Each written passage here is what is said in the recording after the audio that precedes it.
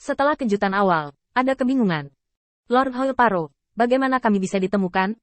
Bukankah metode ini digunakan oleh penguasa kota untuk berurusan dengan Mahkamah Agung? Jika dia menemukan kita, apakah dia masih akan duduk di sini begitu lama, atau sendirian? Pak, jangan ragu, cepatlah, jika ini dibiarkan, kami akan menemukan kesempatan lain untuk pergi ke sana. Reaksi bawahan tidak melebihi harapan Hoilparo. Tapi Hoilparo tidak memberi mereka kesempatan untuk membuat keputusan. Semua orang diam dan menunggu Lord of Light pergi. Kita akan pergi, dan kita tidak bisa bermain melawannya di sini. Dia menggunakan dirinya sebagai umpan dan meletakkannya di sini untuk memancing kita agar mengambil umpan. Mungkin cukup banyak orang yang disergap di luar. Jika Anda ingin hidup, jangan membuat keputusan. Hoilparo dapat merasakan semua ini. Selain penampilan abnormal Qin Yichen dalam beberapa jam terakhir, saat dia meninggalkan istana, sudut mulutnya sedikit terangkat. Ini jelas bukan tampilan yang seharusnya dimiliki mangsa. Bahkan jika itu adalah penilaian yang salah, Hoilparo tidak mau mengekspos dirinya dan bawahannya.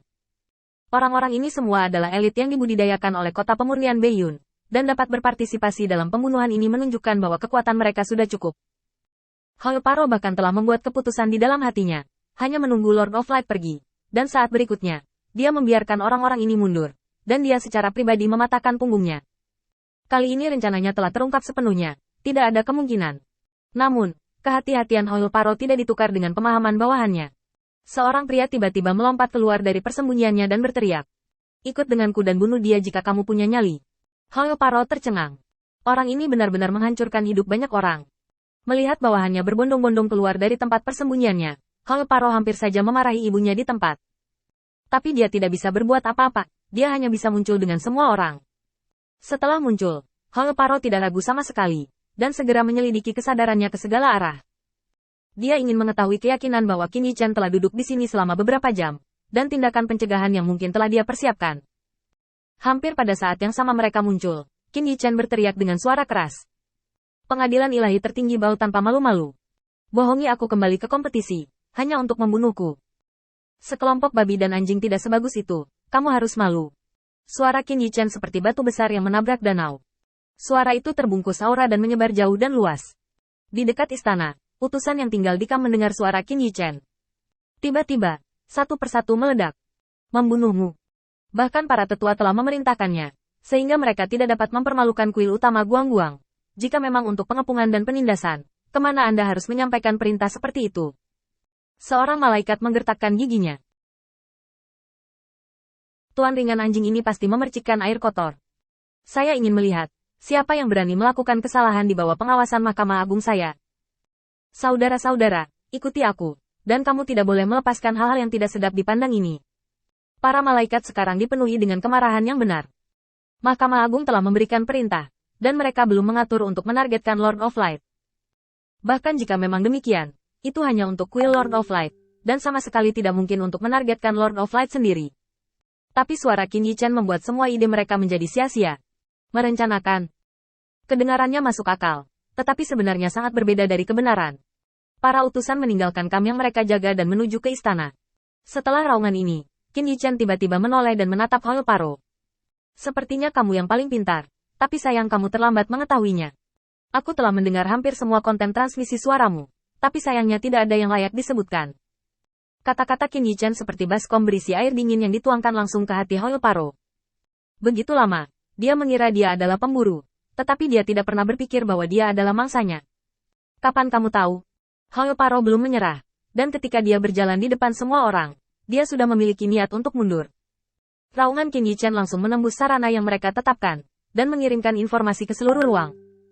Bagi mereka, itu hampir merupakan pukulan fatal. Pembunuhan Lord of Light.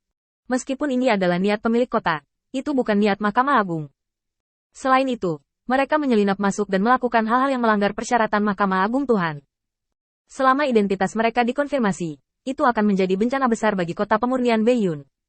Pada saat itu, Mahkamah Agung akan memiliki terlalu banyak alasan untuk menargetkan kota pemurnian Beiyun. Hoilparo tinggal di sisi penguasa kota untuk waktu yang lama dan mengetahui beberapa berita internal. Mahkamah Agung sudah berencana untuk berurusan dengan mereka. Tetapi hanya karena kemunculan kuil penguasa cahaya, situasinya terganggu. Jika mereka mengungkapkan identitas mereka hari ini, itu berarti Mahkamah Agung memiliki alasan untuk berurusan dengan kota pemurnian Beiyun kapan saja. Jelas, Untuk membunuh Master Cahaya, ini sangat tidak ekonomis. Qin Yichen memandang Hall Paro dan mengerutkan kening. Tentu saja, aku merasakan aura pembunuhmu, dan kemudian aku memeriksa sekeliling. Pada saat ini, Qin Yichen jelas tidak akan mengatakan yang sebenarnya. Lagi pula, orang-orang ini ditemukan karena kecelakaan, sepotong sutra laba-laba yang terlepas. Jika mereka mengatakan yang sebenarnya, mereka pasti tidak akan mudah menyerah dan membuat game pembunuhan lagi. Qin Yichen jelas tidak akan memberi mereka keberanian untuk melakukannya. Jangan banyak bicara omong kosong. Saya telah membandingkan kekuatan Anda, dan mereka tidak jauh dari para dewa di luar. Mereka harus dianggap sebagai elit. Saya harap Anda dapat mendukung mereka di tangan para dewa. Hall Paro melangkah maju, dan ketika dia akan memulai, beberapa utusan dewa datang lebih dulu. Di bawah sinar bulan, wajah para utusan ilahi sedikit jelek. Tuan Cahaya, izinkan saya menyatakan terlebih dahulu bahwa orang-orang ini bukan dari Mahkamah Agung saya. Wajah Qin Yichen acuh tak acuh. Tuhan tahu jika Anda mengaturnya. Bukankah ada beberapa kota terapung di dalam yurisdiksi Anda? Ketika utusan yang datang mendengar ini, sudut mulutnya berkedut.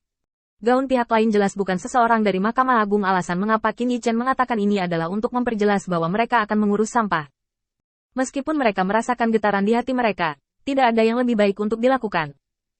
Lagi pula, jika mereka tidak membantu menyelesaikan kekacauan ini, mereka jelas akan dibuat ribut oleh Guangzhou. Hampir menggertakkan giginya dalam menanggapi kata-kata Qin Yichen. Oke, aku akan memotongnya untuk membuktikannya padamu. Utusan ilahi, yang memiliki banyak sumber daya dari Mahkamah Agung Ilahi, adalah seorang jenius yang dipilih dari kota-kota terapung yang tak terhitung jumlahnya. Bahkan dalam menghadapi musuh yang tidak dikenal ini, mereka tidak ragu-ragu. Untuk melampiaskan kebencian yang diprovokasi Qin Yichen pada orang-orang pemberani ini,